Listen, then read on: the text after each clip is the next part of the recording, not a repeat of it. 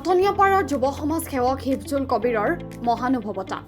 যোৱাকালি দৰং জিলাৰ ধুলা থানাৰ অন্তৰ্গত ননকে গৰাপুৰী গাঁৱৰ আহমদ আলী, জাকিৰ হুছেইন আলী ৰুস্তমৰ বাসগৃহত কাৰেণ্টৰ শ্বৰ্ট চাৰ্কিটৰ বাবে অগ্নিকাণ্ডৰ ঘটনা সংঘটিত হয়। জুইত যায় 4টাকৈ বাসগৃহৰ লগতে আচবাবসহ বহু মূল্যৱান নথিপত্ৰ, প্ৰায় 10 লক্ষাধিক টকাৰ সা সম্পত্তি, অলংকাৰৰ লগতে নগদ 3 লক্ষাধিক টকা জুইত যায়।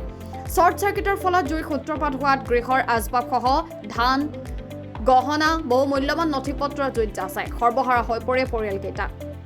নিজৰ গাঁঠিৰ ধন ব্যয় কৰি ৰাইজৰ সেৱা কৰা জনদৰদী ব্যক্তি, দুখীয়া নিচলা লোকক সহায় কৰিবলৈ সদায় প্ৰস্তুত থকা খাটনিয়াপাৰাৰ যুৱ সমাজ সেৱক হিফজুল কবিৰে অসহায় পৰিয়ালকেইটাৰ কাষত মানৱতাৰ হাত আগবঢ়াইছে। পৰিধান কৰা বস্ত্ৰৰ লগতে ঠাণ্ডাৰ কাপোৰ কানি পৰিমাণ অনুযায়ী ব্যৱস্থা কৰি দিয়াৰ লগতে খোৱা খাদ্যৰ সামগ্ৰী বিতৰণ কৰে। ধুলা আঞ্চলিক আমচুৰ বিষয়ববীয়াসকলে সংগ দিয়ে হিফজুল কবিৰক। লাগিছে তাৰমানে 5টা বজাত কেনেকৈ জুইৰ সূত্ৰপাত হৈছে? তাৰমানে লাইনৰ শ্বৰ্ট কৰিছিল।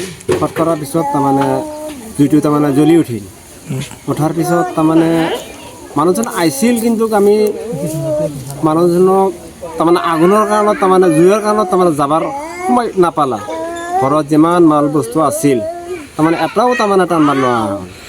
আনুমানিক কিমান টকাৰ সা সম্পত্তি?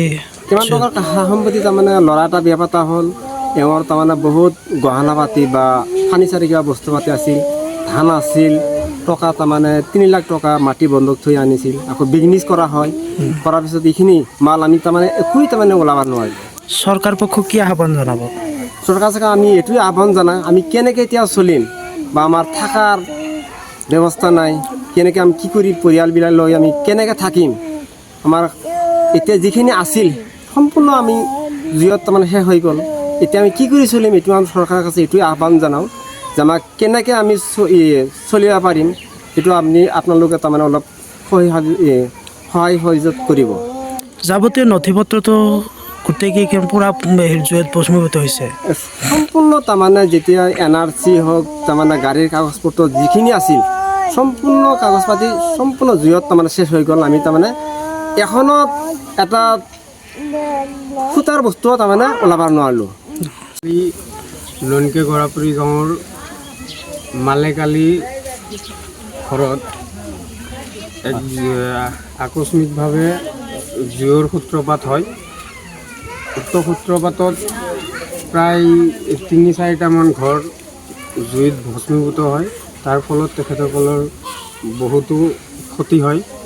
আৰু আমি গম পোৱা মতে তেখেতসকলৰ ঘৰত মানে নগদ 3 লাখ টকা আৰু যাৱতীয় নথিপত্ৰও জুইত ভস্মীভূত হয়।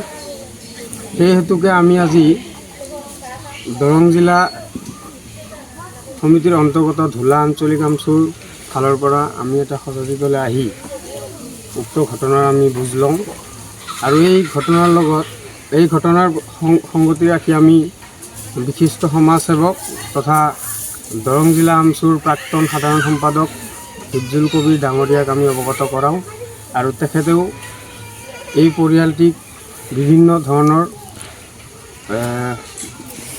সহায় সহযোগিতা আগবঢ়ায়।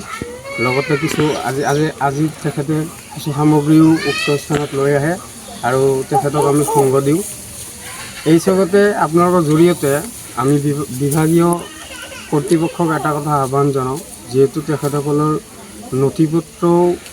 নথিপত্ৰ আপোনাৰ খোৱা থকা মেলাৰ বহুতো অসুবিধাৰ সৃষ্টি হৈছে।